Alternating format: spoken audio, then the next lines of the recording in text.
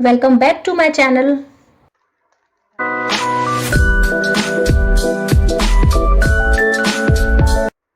So guys, in previous lecture we have already discussed that how do we identify any left recursive pair of production and how can we eliminate these left recursive grammar with the help of certain examples. Now in this lecture we will discuss the generalized form of left recursive grammar. So let's start. So till last lectures we have solved the questions regarding this standard form of left recursive grammar. Now here we will understand how do we identify any left recursive grammar when it is in its general form. जब कोई grammar अपने general form में है तो हम उसको कैसे identify करेंगे कि वो ग्रामर लेफ्ट रिकर्सिव है। जैसे स्टैंडर्ड फॉर्म में क्या था, अगर equation A derive A alpha slash beta के फॉर्म में है तो यहाँ से हमने आइडेंटिफाई कर लिया कि ये लेफ्ट रिकर्सिव पेयर है और फिर उसको इन दो प्रोडक्शंस की हेल्प से रिप्लेस कर दिया। तो इस तरीके से लेफ्ट रिकर्शन को एलिमिनेट किया हमने स्टैंडर्ड फॉर्म से। लेकिन अगर कोई ग्रामर दी है वो एक जनरल फॉर्म में है, जैसे यहाँ पे तो सिर्फ एक ही प्रोडक्शन था और जब जनरल फॉर्म में आएगा तो दो प्रोडक्शन भी हो सकते हैं, तीन प्रोडक्शन हो सकते हैं, एन नंबर ऑफ प्रोडक्शंस हो सकते हैं। तो कैसे आइडेंटिफाई करेंगे कि ये जो ग्रामर है वो लेफ्ट रिकर्सिव है। तो गाइस स्टैंडर्ड फॉर्म और जनरल फॉर्म में ज़्यादा डिफरेंस नहीं होता, सिर्फ प्रोडक्शंस का डिफरेंस होता है। जैसे स्टैंडर्ड फॉर्म में सिर्फ एक ही प्रोडक्शन है लेकिन जनरल फॉर्म में एक से ज़्यादा प्रोडक्शन हो सकते हैं। जैसे यहाँ पे अगर हम कंपेयर करें इस जनरल फॉर्म की इक्वेशन को और इस स्टैंडर्ड फॉर्म की इक्वेशन को, तो यहाँ पे जो ग्रामर है स्टैंडर्ड फॉर्म में वो ए derive A alpha slash beta सिर्फ एक ही प्रोडक्शन है, लेकिन जनरल फॉर्म में यहाँ पे एन नंबर ऑफ प्रोडक्शंस हैं। कैसे देखिए, A derive A alpha 1 slash A alpha 2 slash A alpha 3 till A alpha N, मतलब यहाँ पे अल्फा जो है वो एन नंबर ऑफ टाइम्स हो सकता है। In the same way beta 1 beta 2 till beta M, standard form में सिर्फ एक वैल्यू थी बीटा की, लेकिन यहाँ पे बीटा हमारे एम हो सकते हैं। तो जब ग्रामर इस फॉर्मेट में अगर है तो यहाँ से हम आइडेंटिफाई कर सकते हैं कि ये जो ग्रामर है वो लेफ्ट रिकर्सिव है। अब जब लेफ्ट रिकर्सिव है तो हमें इसको एलिमिनेट भी करना पड़ेगा। तो एलिमिनेशन का भी सेम मेथड है, जैसे एलिमिनेशन हमने स्टैंडर्ड फॉर्म में किया था इन दो इक्वेशंस को यूज़ करके, वैसे ही एलिमिनेशन हम इस जनरल फॉर्म की इक्वेशंस को करेंगे। बस डिफरेंस इतना आएगा, जैसे यहाँ पे सिर्फ एक प्रोडक्शन था क्योंकि इसके लेफ्ट रिकर्सिव पेयर में सिर्फ एक प्रोडक्शन था, लेकिन जनरल फॉर्म में मल्टीपल प्रोडक्शंस हो सकते हैं। तो सारे के सारे प्रोडक्शंस को हम रिप्लेस करेंगे। कैसे, A derive beta 1 A dash slash beta 2 A dash slash beta 3 A dash, जितने नंबर ऑफ बीटा होंगे उतना हम इसमें एलिमिनेशन करेंगे till beta M A dash. फिर ए डैश का रिप्लेसमेंट करेंगे कैसे, alpha 1 A dash slash alpha 2 A dash slash alpha 3 A dash till alpha N, N number of times हम अल्फ़ा की वैल्यू को रिप्लेस करेंगे इस प्रोडक्शन से slash epsilon. So in this way we can eliminate left recursive grammar from its generalized form.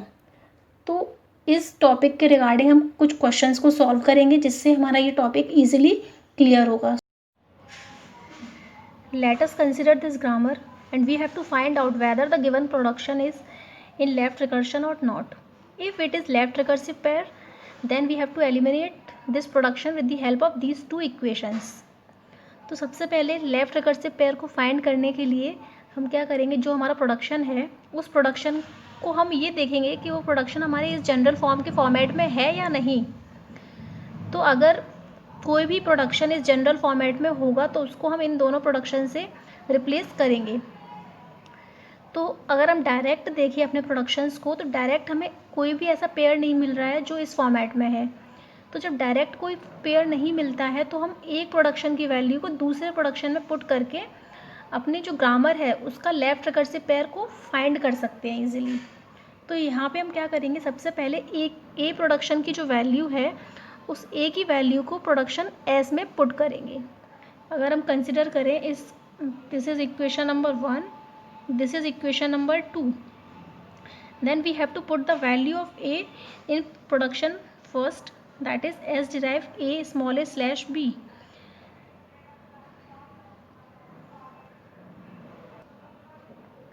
So we will put the value of A in production S. तो जब हम ए की value को S में put करेंगे तो अगर फर्स्ट प्रोडक्शन को हम देखें S derive capital A slash small B, तो यहाँ पे प्रोडक्शन किस तरीके से हो जाएगा, कैपिटल एस डिराइव। अब जहाँ पे भी कैपिटल ए आएगा उस कैपिटल ए की जगह पे हम ये तीनों प्रोडक्शन से उसको रिप्लेस करेंगे। तो फर्स्ट प्रोडक्शन कैपिटल ए का आएगा, capital A derive capital A small C. तो जब इस प्रोडक्शन का जो RHS है उसको हम इस कैपिटल ए की जगह पुट करेंगे तो प्रोडक्शन हमारा क्या बनेगा, कैपिटल ए स्मॉल सी। तो ये तो ए की वैल्यू को पुट किया हमने इस जगह पे। अब इसके बाद क्या है, एस के प्रोडक्शन में small A slash next production A का हमारा क्या है, कैपिटल एस स्मॉल डी। तो इस ए प्रोडक्शन को हम यहाँ पे फिर से फर्दर पुट करेंगे। तो ये जो प्रोडक्शन बनेगा वो क्या बनेगा, कैपिटल ए स्मॉल डी और ये स्मॉल ए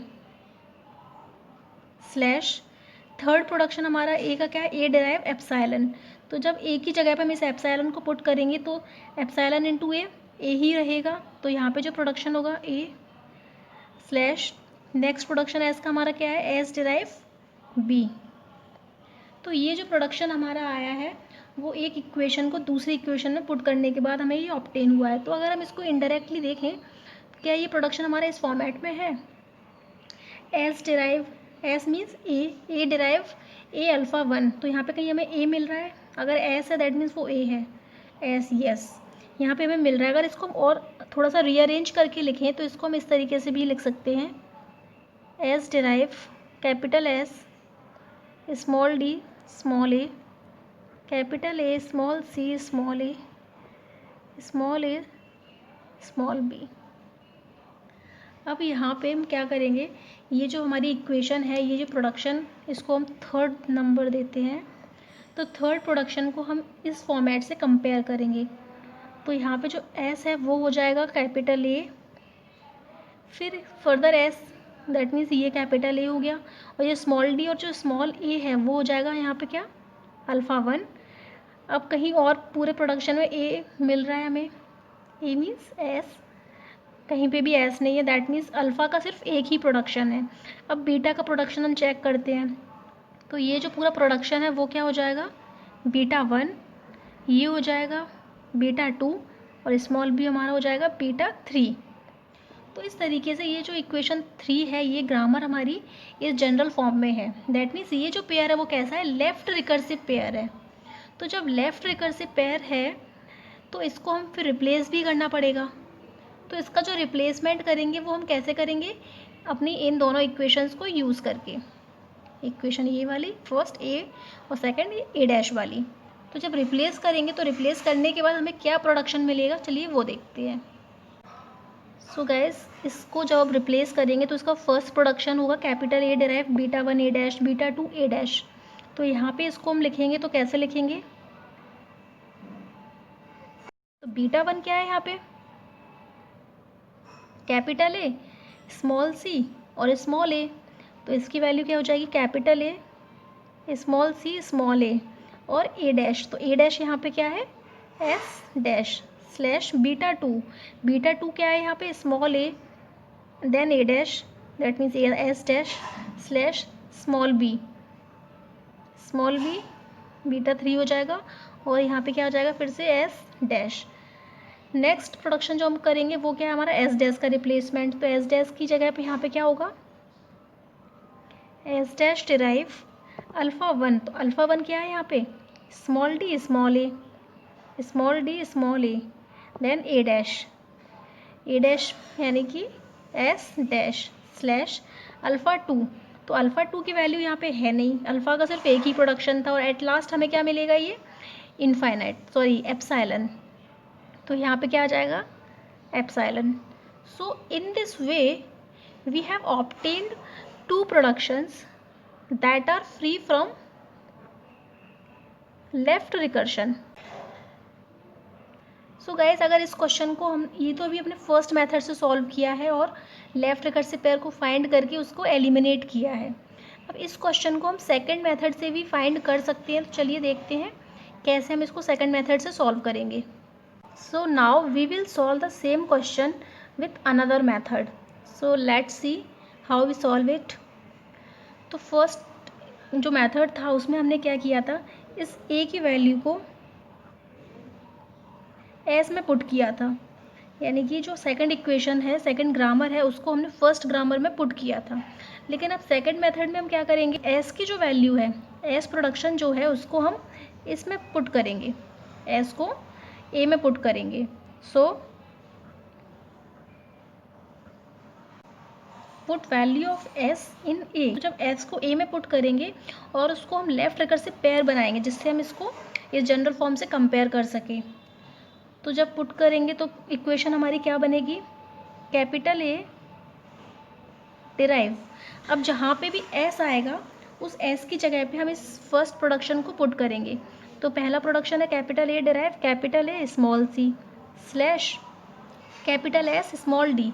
अब ये जो कैपिटल एस आया है उस कैपिटल एस की जगह पे हम क्या पुट करेंगे, capital A small A, capital A small A, और रेस्ट पार्ट क्या है, स्मॉल डी स्लैश नेक्स्ट हमारा क्या है, सेकंड प्रोडक्शन है इसका, एस डिराइव स्मॉल बी। तो कैपिटल एस की जगह क्या आ जाएगा, small B, then small B D slash. अब एस का एक भी प्रोडक्शन बाकी नहीं है, दैट मीन्स अब ए का जो फाइनल प्रोडक्शन है ए डिराइव एप्साइलन, तो उसको हम यहाँ पुट करेंगे, ए डिराइव एप्साइलन। तो गाइस अगर हम इस इक्वेशन को कंपेयर करें इस जनरल फॉर्म से, तो क्या ये इक्वेशन हमारी ये रिकर्सिव पेयर है या नहीं। तो जब इसको कंपेयर करेंगे तो ये हो जाएगा capital A, next capital A फिर से मिला है, दैट मीन्स ये हो जाएगा। अब इसके बाद जो पार्ट है वो हमारा हो जाएगा अल्फ़ा 1। क्या हमें फर्दर और आगे ए मिल रही है, यस, ये हो जाएगा फिर ए, और ये जो पार्ट है वो हो जाएगा अल्फ़ा 2। अब आगे एक भी ए नहीं है तो ये जो पार्ट है वो हमारा हो जाएगा बीटा 1, और ये एट लास्ट जो एप्साइलन है वो हो जाएगा बीटा 2। अब इस इक्वेशन को हम क्या करेंगे, रिप्लेस करेंगे, क्योंकि ये जो प्रोडक्शन है वो कैसा है, लेफ़्ट रिकर्सिव है। तो लेफ़्ट रिकर्सिव के रिप्लेसमेंट में हम इन दोनों प्रोडक्शंस को यूज़ करेंगे। तो जो फर्स्ट रिप्लेसमेंट करेंगे वो हम कैसे करेंगे, कैपिटल ए